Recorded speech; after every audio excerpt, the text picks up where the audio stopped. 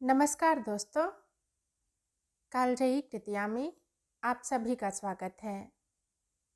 आज मैं लेकर आई हूँ सुभद्रा कुमारी चौहान की लिखी कहानी दो साथी।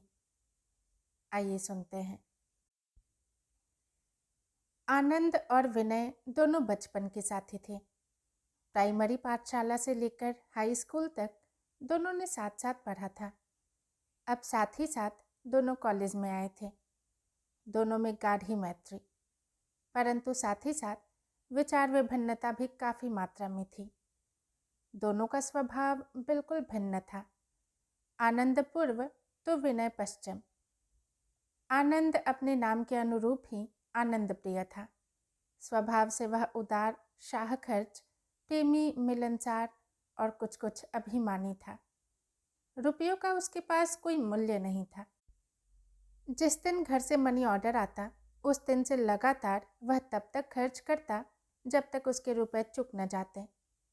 वह बराबर दोस्तों की खातिर तवाजो करता और इसमें बहुत सा रुपया व्यर्थ होता। उसे इसकी याद ही न रहती कि कॉलेज की फीस भी देनी है अथवा और भी दूसरे खर्च हैं जो महीने भर तक लगेंगे। दूसरे विद्यार्थियों से दूने रुपए आने पर भी उसके ऊपर हर महीने होटल वाले और पान वाले की उधारी चढ़ी रहती थी। उसके साथ उठने बैठने वाले लड़कों में से एक भी ऐसा न था जिस पर आनंद ने कुछ न कुछ कभी न कभी खर्च न किया हो। इसके विपरीत विनय मितभाषी, संयमी, कम खर्च और सीधे स्वभाव का था। वह बोलता कम लेकिन अनुभव अधिक करता था। फूंक फूंक कर पैर रखने की उसकी आदत थी। उसके पास इने गिने पैसे आते थे जिनसे पूरा खर्च चलाना पड़ता था। किसी एक का पैसा भी उस पर उधार न था। 1000 तकलीफ में भी वह एक पैसा तक उधार न लेता था। उसके मित्रों की संख्या भी सीमित थी। बीए पास होने पर दोनों को भविष्य की चिंता थी। अंत में 2 वर्ष तक और साथ रहेंगे, इस आशा के सहारे एक दिन दोनों ने लॉ कॉलेज में नाम लिखाया। लॉ कॉलेज के प्रोफेसर डे की लड़की मैट्रिक की परीक्षा की तैयारी कर रही थी। गणित में वह कुछ कमजोर थी। एक ट्यूटर की आवश्यकता थी। विनय गणित का एक मेधावी विद्यार्थी रह चुका था, अतएव उसे यह ट्यूशन मिल गई। कुछ समय बाद उसे 2 विद्यार्थी गणित पढ़ाने को और मिल गए। उसे 40 रुपये माहवार मिलने लगे। प्रोफेसर डे की पत्नी क्रिश्चियन थी। पति पत्नी दोनों ने अपना धर्म परिवर्तन न किया था। प्रोफेसर डे बंगाली हिंदू ही रहे। वे मूर्ति पूजा करके रोज नियम से कृष्ण की उपासना करते और उनकी पत्नी इतवार को गिरजे जाती थी। उनकी लड़की मीरा का झुकाव हिंदू धर्म की ओर था। माँ उसे मेरी और पिता मीरा कहते थे। मीरा पिता की तरह मूर्ति उपासना करती और उसके 2 छोटे भाई माँ के साथ गिरजे जाते थे। मीरा का झुकाव हिंदू धर्म की ओर देखकर उसकी माँ प्रायः कुपित रहती थी। उसे गंवार, बेवकूफ़ इत्यादि संबोधन से पुकारा करती थी। माँ बेटी दोनों में बहुत अंतर था। माँ साया पहनती तो बेटी साड़ी। माँ के बाल अंग्रेजी ढंग के कटे थे। मीरा के बाल लंबे लंबे लहराया करते थे। मीरा को पिता से ही संपूर्ण आदर, दुलार और प्यार मिलता था। माँ उसे बिल्कुल न चाहती थी। मीरा जब कभी बाहर निकलती थी तो पिता के साथ। माँ के साथ वह कहीं भी न जाती। पूर्ण रूप से वह हिंदू थी। मीरा अपने मास्टर से गणित के अलावा उनके धर्म, संस्कृति और आचार विचार की बहुत सी बातें पूछती और उन्हीं के अनुसार अपने दैनिक जीवन को अपनाकर आदर्श हिंदू रमणी कहलाने का मधुर स्वप्न देखा करती थी। ईसाई माँ की बेटी होकर भी हिंदू धर्म के प्रति मीरा की आसक्ति और श्रद्धा देखकर विनय किस तरह से उसे चाहने लगा। किस दिन चुपके ही चुपके इस भोली भाली नन्ही से पवित्र आत्मा ने विनय के हृदय में अपने लिए स्थान बना लिया, विनय ने यह कभी न जाना और न जानने का उसने प्रयत्न किया। गुरु और शिष्या के भाव से ही वे एक दूसरे को देखते थे, किंतु इस जिज्ञासु बालिका के प्रति विनय के हृदय में जो आदर और स्नेह के भाव अंकुरित हो गए थे, उन्हें वह छिपा न सकता था। प्रायः आनंद से एकांत में बात करते समय इस परिवार की चर्चा हो उठती और उस बातचीत के अंदर से चतुर आनंद यह तथ्य निकाल लेता कि अपनी शिष्या के प्रति विनय कितने ऊंचे और प्रेम के भाव रखता है। धीरे धीरे आनंद के हृदय में इस लड़की को देखने की प्रबल उत्कंठा जाग पड़ी। पहले तो उसने उस उत्कंठा को दबाने का प्रयत्न किया, फिर उसने सोचा कि एक बार देखने या मिलने में कोई पाप तो नहीं है।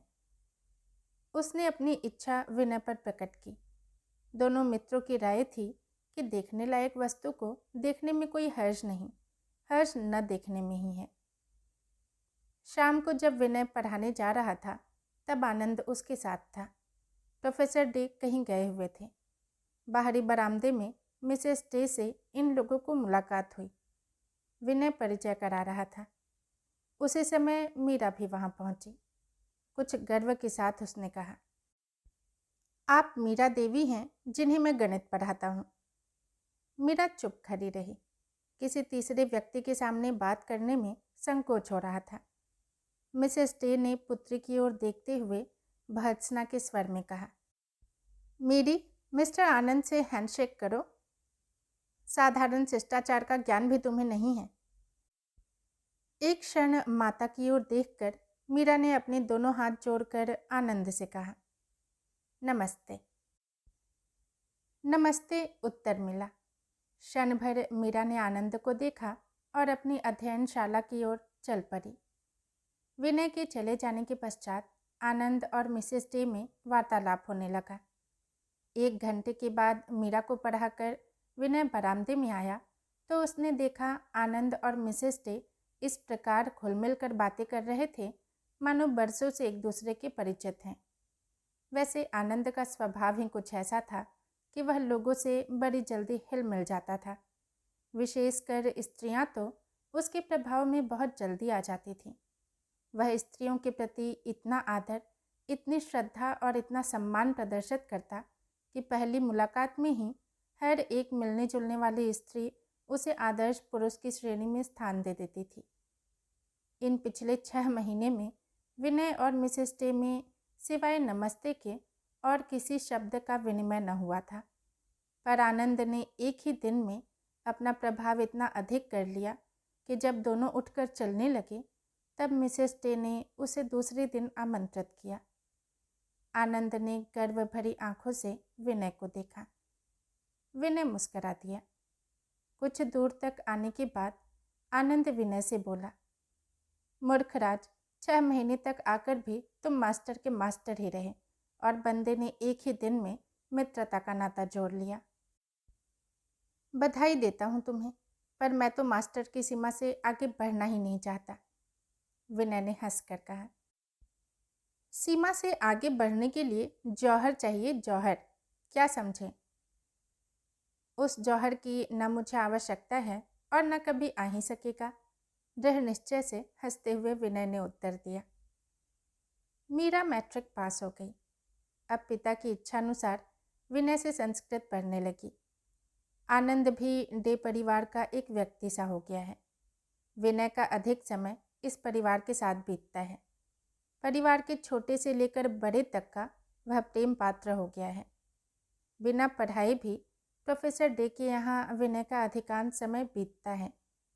मिस्टर डे का विनय पर बहुत स्नेह है।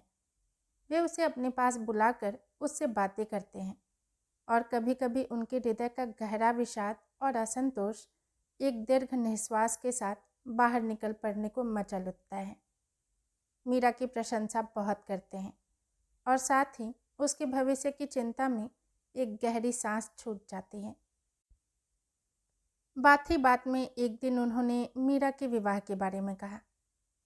तुम जानते हो विनय, मीरा की माँ क्रिश्चियन है, किंतु मेरी लड़की मीरा नहीं। मैं मीरा का विवाह हिंदू युवक से करना चाहता हूँ। लड़का पढ़ा लिखा, ऊंचे विचार वाला, स्वस्थ और सुंदर हो। धन की मुझे परवाह नहीं। मेरे पास यथेष्ट संपत्ति है, जिसमें से आधी मैं अपनी लड़की को दूंगा। प्रोफेसर डे की आंतरिक इच्छा विनय से ही मीरा का विवाह करने की थी। इस प्रकार परोक्ष रूप से प्रस्ताव करके उन्होंने विनय के हृदय की थाह लेनी चाहिए। विनय असमंजस में पड़ गया। उसने सरलतापूर्वक विश्वास दिलाते हुए कहा, आप चिंता न कीजिए, मीरा के लिए मैं 2-3 दिन में ही आपकी इच्छानुसार सुयोग्य वर ढूंढकर बतलाऊंगा। विनय विचारों में डूबता उतराता चला जा रहा था। उसने निश्चय किया वह स्वयं मीरा से विवाह कर लेगा। वह मीरा को अच्छी तरह जानता था और उसे यह भी भान होता था कि वह और मीरा दोनों एक दूसरे के अधिकाधिक निकट आते जा रहे हैं। उसने सोचा, मुझे मीरा के समान अच्छी लड़की शायद ही मिले। रही बूढ़ी माँ की बात, तो मैं उन्हें सब समझा दूंगा। निश्चय पक्का हो गया। रात को आनंद देर से लौटा। विनय सो गया था। उस दिन सवेरे से ही कुछ ऐसी बातचीत हो गई कि दोनों अलग अलग हुए तो शाम को मिले, वो भी मिसेस डे के मकान पर। जब विनय मीरा को पढ़ाने पहुंचा तब उसकी मानसिक अवस्था ठीक न थी। वह आज मीरा को दूसरे ही भाव से देख रहा था। प्रायः वह सोच में डूबा सा रहता और मीरा के कोई प्रश्न पूछने पर चौंक सा जाता था। पुस्तक उठाते समय अचानक मीरा का हाथ उसके हाथ से छू गया। विनय सिहर उठा। मीरा ने जाना आज मास्टर साहब का पढ़ाने में मन नहीं लग रहा है। वह बोली, मास्टर साहब, आज आप किस गहरी चिंता में हैं? रहने दीजिए, कल पढ़ाइएगा। पुस्तकें समेटकर उसने एक तरफ रख दी। ठीक कहती हो मीरा, सचमुच आज मेरा जी पढ़ाने में नहीं लग रहा है, कल पढ़ाऊंगा। प्रोफेसर साहब हैं क्या? विनय ने पकड़े जाते देखकर कहा। मीरा ने भीतर से आकर पान रखते हुए कहा, पिताजी कहीं गए हैं, अभी आते ही होंगे। विनय एक बार साहस करके मीरा से विवाह के बारे में सम्मति लेना चाहता था, किंतु साहस न कर सका। उसने अनायास ही मीरा से प्रश्न किया, अच्छा मीरा, तुमने भविष्य में अपने लिए क्या निश्चय किया? अभी मैं क्या निश्चय करूंगी, पिताजी तो हैं, परंतु फिर भी इतना निश्चय है कि मेरी जीवन यात्रा एक हिंदू नारी के उच्चतम आदर्शों को लेकर ही प्रारंभ होगी। विनय ने संतोष की एक सांस ली। प्रोफेसर साहब आए नहीं, देर काफ़ी हो गई थी, अतएव वह चल पड़ा। फाटक पर ही आनंद से उसकी मुलाकात हुई। विनय ने उसे अंदर जाने से रोककर यह कहते हुए कि उसे किसी गूढ़ विषय पर आनंद से परामर्श करना है, घसीट कर अपने साथ ले गया। दोनों अपने कमरे में जा बैठे। विनय ने कल से लेकर आज तक की सब घटनाएं आनंद को सुनाती और साथ ही मीरा से विवाह करने का अपना निश्चय भी। सारी बात हो जाने पर भी आनंद के मुख से एक भी उत्साहवर्धक शब्द न सुनकर विनय को कम आश्चर्य नहीं हुआ। उसने आनंद की ओर देखा। उसका चेहरा स्याह पड़ा जा रहा था। विनय घबरा कर बोला, क्या बात है आनंद, साफ साफ कहो। तुम्हें यह बात पसंद नहीं है तो मैं विवाह न करूँगा, उन्हें दूसरा वर खोज दूंगा। आनंद उत्तर न दे सका। खाट पर चुपचाप लेट गया। विनय स्टोव जलाकर चाय तैयार करने लगा।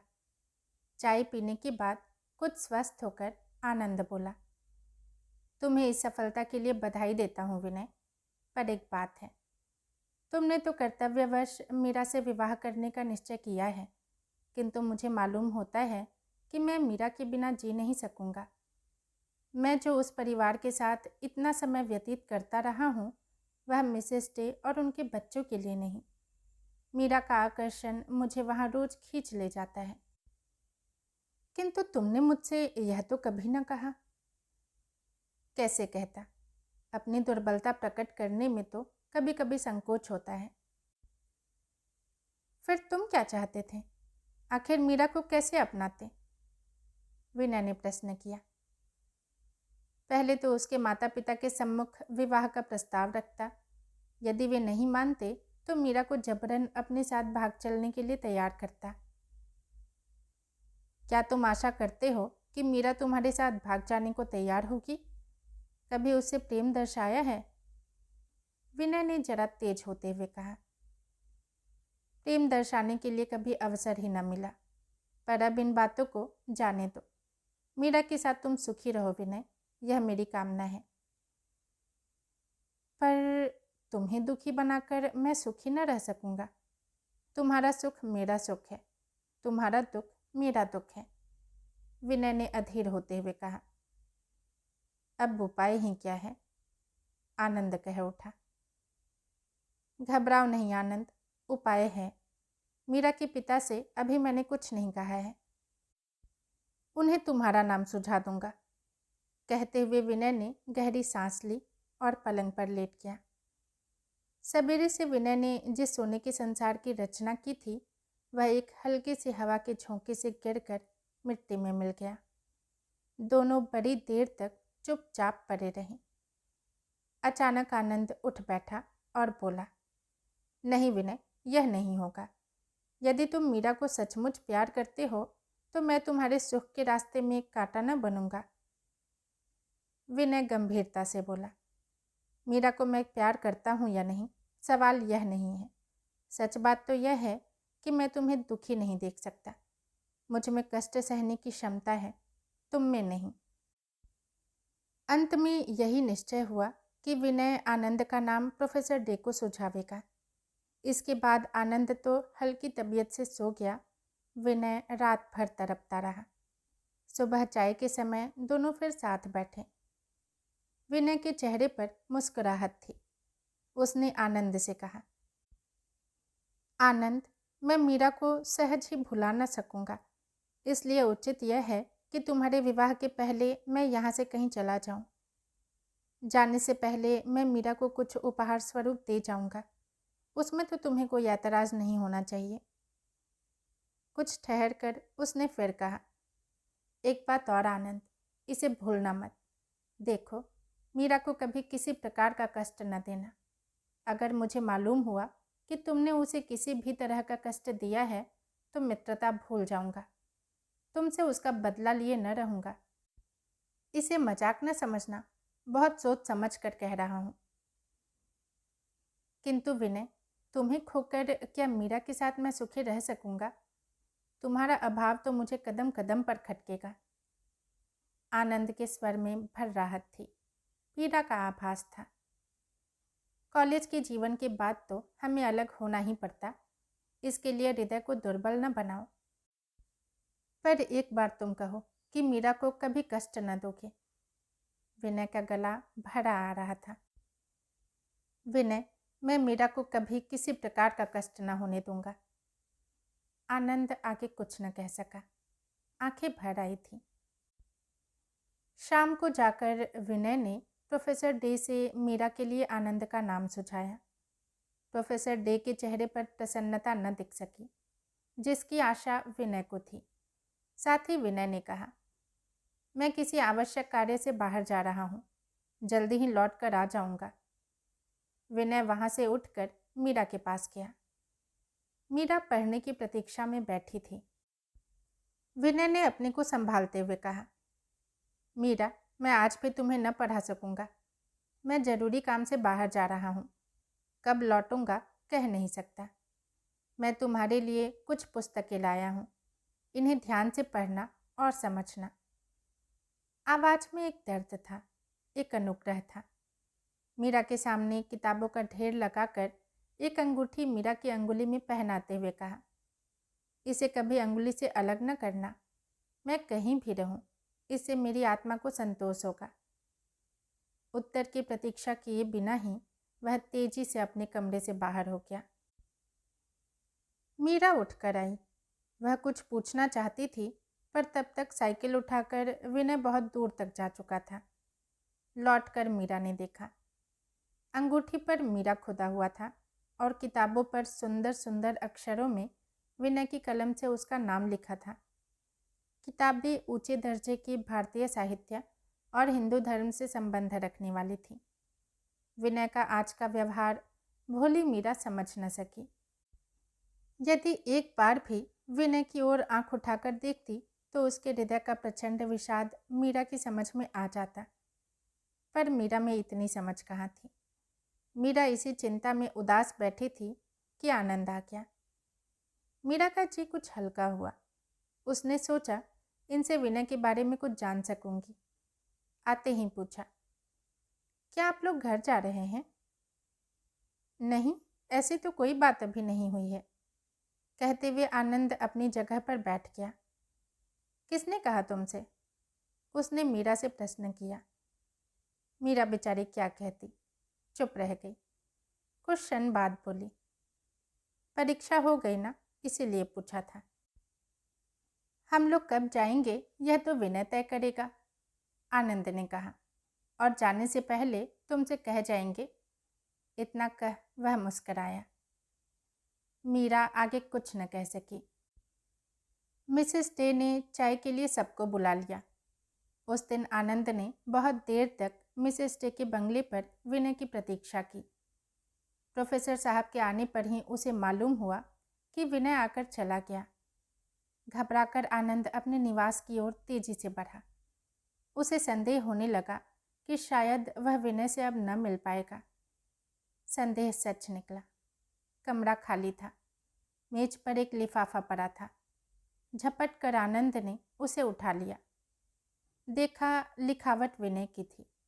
सांस रोककर उसने पढ़ना शुरू किया। भाई आनंद, जा रहा हूँ। जाते समय तुमसे न मिल सका, इससे मुझे दुख है। मेरी चिंता न करना, मैं सदा तुम्हारा मित्र हूँ और रहूँगा।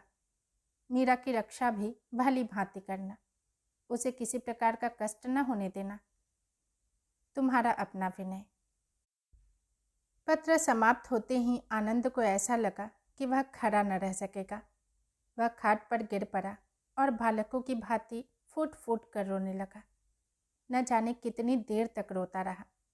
बार बार उसके मस्तिष्क में यही प्रश्न उठता रहा, मीरा के लिए उसे कितना गहरा मूल्य चुकाना पड़ा है। उसके बचपन का साथी, छात्र जीवन की अंतिम घड़ियों का साथी, उसका बाल बंधु विनय आज उसे अकेला छोड़कर कहीं चला गया है। आज ही समझ पाया कि वह विनय को कितना प्यार करता था। न जाने किस अशुभ घड़ी में वह प्रोफेसर डे के घर गया था। वहाँ मीरा रूपी दीवार आकर दोनों मित्रों के बीच में खड़ी हो गई। वे इस प्रकार एक अनिश्चित अनजाने समय के लिए अलग हो गए। अगर उसे अभी विनय मिल जाए तो वह विनय से कहे, छोड़ो यह सब, मीरा का अब ध्यान भी न करेंगे हम लोग। अब तक जैसे रहते थे वैसे ही रहेंगे। मीरा क्या, संसार की कोई भी शक्ति हम दोनों को अलग न कर सकेगी। किंतु ये विचार केवल विचार ही रह गए। जिस समय दुखित होकर आनंद इस प्रकार रो रहा था, उस समय विनय का विषाद से ओतप्रोत शरीर रेल पर बैठा हवा के साथ उड़ा जा रहा था। कहाँ जाएगा, क्या करेगा, विनय कुछ न जानता था। वह तो केवल आनंद से दूर, मीरा से दूर, किसी अनिश्चित स्थान में जा रहा था।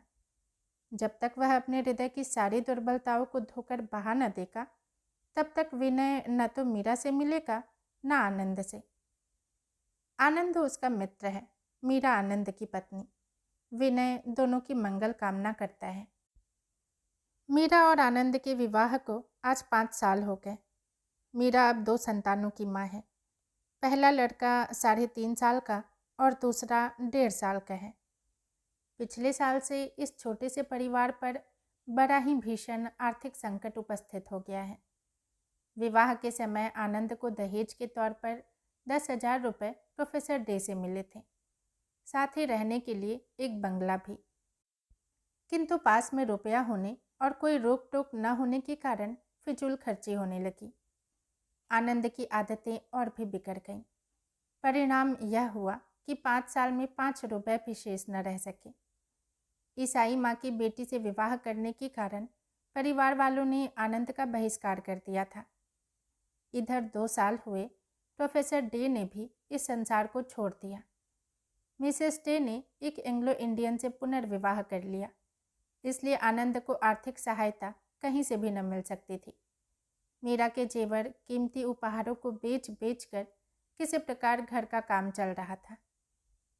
पहले प्रोफेसर डे के और मीरा के बहुत आग्रह करने पर भी आनंद वकालत करने को तैयार न हुआ था। अब मुश्किल थी फीस की। 150 रुपये कहाँ से लाएं? नौकरी के लिए भी बहुत कोशिश की, पर कहीं ऐसी नौकरी न मिली जिसे वह अपनी मर्यादा के योग्य समझता। इस बीच उसमें दुर्व्यसन भी बढ़ चले थे। उसे शराब से वैसे भी घृणा न थी, पर अब ज्यों ज्यों दुर्दिन आते गए त्यों त्यों मद्य प्रेम बढ़ता गया। आर्थिक कठिनाइयों के साथ उसकी शराब की मात्रा भी बढ़ती गई। पहले वह रात को ही पीता था, अब तो 24 घंटे में से 1 घंटा भी ऐसा न था जो शराब पीने के लिए उपयुक्त न हो। हालत यहाँ तक बिगड़ी कि घर में स्त्री बच्चों के भोजन की व्यवस्था के पहले उसे बोतल की चाह लगी रहती थी। कभी कभी दिन और रात वह न जाने कहाँ बिता देता और घर आने पर मीरा से रुपयों की फरमाइश करता। बात फरमाइश पर ही समाप्त न हो जाती, मारपीट गाली गलौज तक पहुंच जाती। लज्जा के मारे मीरा कुछ बोलती न थी। जब तक गहने या कोई बेचने वाला सामान उसके पास रहा तब तक देती रही, पर अब तो कुछ भी शेष न बचा था। यहाँ तक कि उसने अपनी कुछ कीमती साड़ियाँ भी आनंद को उठाकर दे दी थीं। किंतु पीने के बाद तो आनंद की तृष्णा और भी बढ़ जाती थी। न तो उसमें विवेक रह जाता था, न बुद्धि। नशे में वह भूल जाता था कि मीरा कहाँ से पैसे ला सकती है। पैसों के लिए वह उसे डांटता, उससे लड़ता और कभी कभी बड़ी निर्दयता से मारता भी था। यह बात न थी कि नशा उतरने पर उसे अपने इन नीच कृत्यों पर ग्लानि न होती हो। नशे में जो आनंद ज्वालामुखी बन जाता था, वही नशा उतरने पर मीरा से क्षमा मांगता, शराब न पीने का वादा करता और अपने वादे पर 2-4 दिन कायम भी रहता।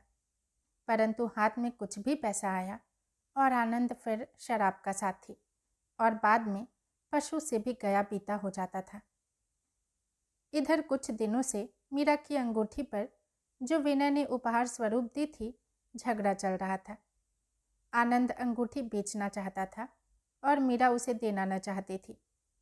मीरा के जीवन की कटुता को बढ़ाने में मिसेस डे का पुनर्विवाह एक नए अध्याय के रूप में खुल गया था।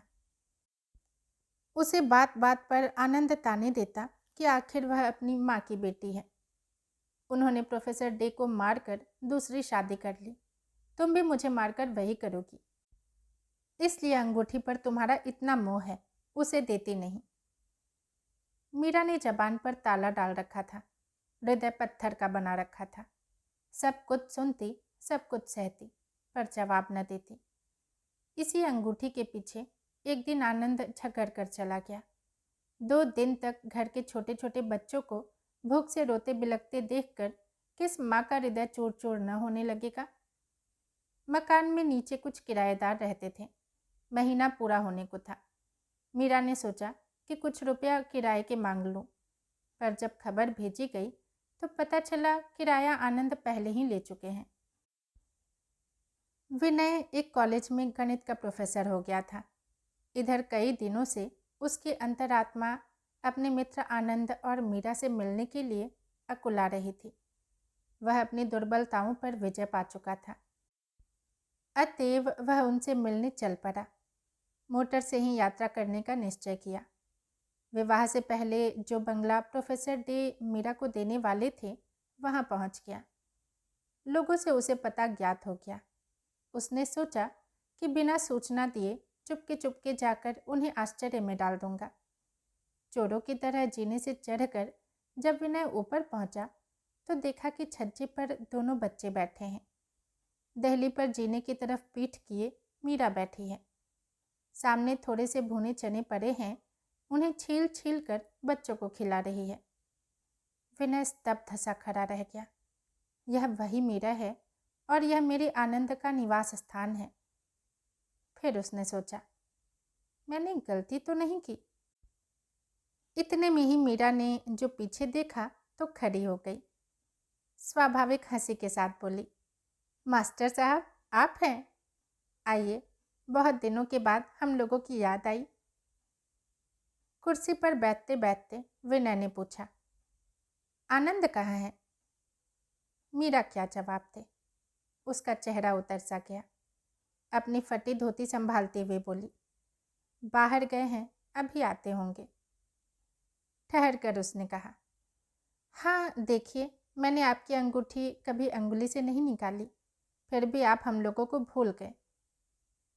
विनय ने पूछा। ये बच्चे तुम्हारे हैं? उसने सरसरी तौर से मकान के चारों ओर नजर डाली। मकान का पुराना वैभव जहाँ तहाँ अब मरणोन्मुख अवस्था में दृष्टिगोचर हो रहा था। भीषण दरिद्रता इन सबका उपहास करती हुई अट्टहास कर रही थी। इसी समय छोटे बच्चे के सामने का छिला हुआ चना खत्म हो गया और वह भूख के मारे चिल्लाने लगा। मीरा चने छील छील कर खिलाने लगी। बच्चे ने चने फेंक दिए और दूध मांगा। मीरा आश्वासन दे सकी, दूध नहीं। बच्चा मचल पड़ा। बड़े लड़के ने उसे समझाते हुए कहा, माँ को तंग न करो, दूध नहीं है। विनय परिस्थिति समझ चुका था और जब उसने यह करुण दृश्य देखा तो अभी आध घंटे में आता हूँ कहकर वह तेजी से सीढ़ी उतर बाजार की ओर चला गया। विनय के जाने के कुछ समय पश्चात ही आनंद आया, शराब में झूमता हुआ उन्मत्त।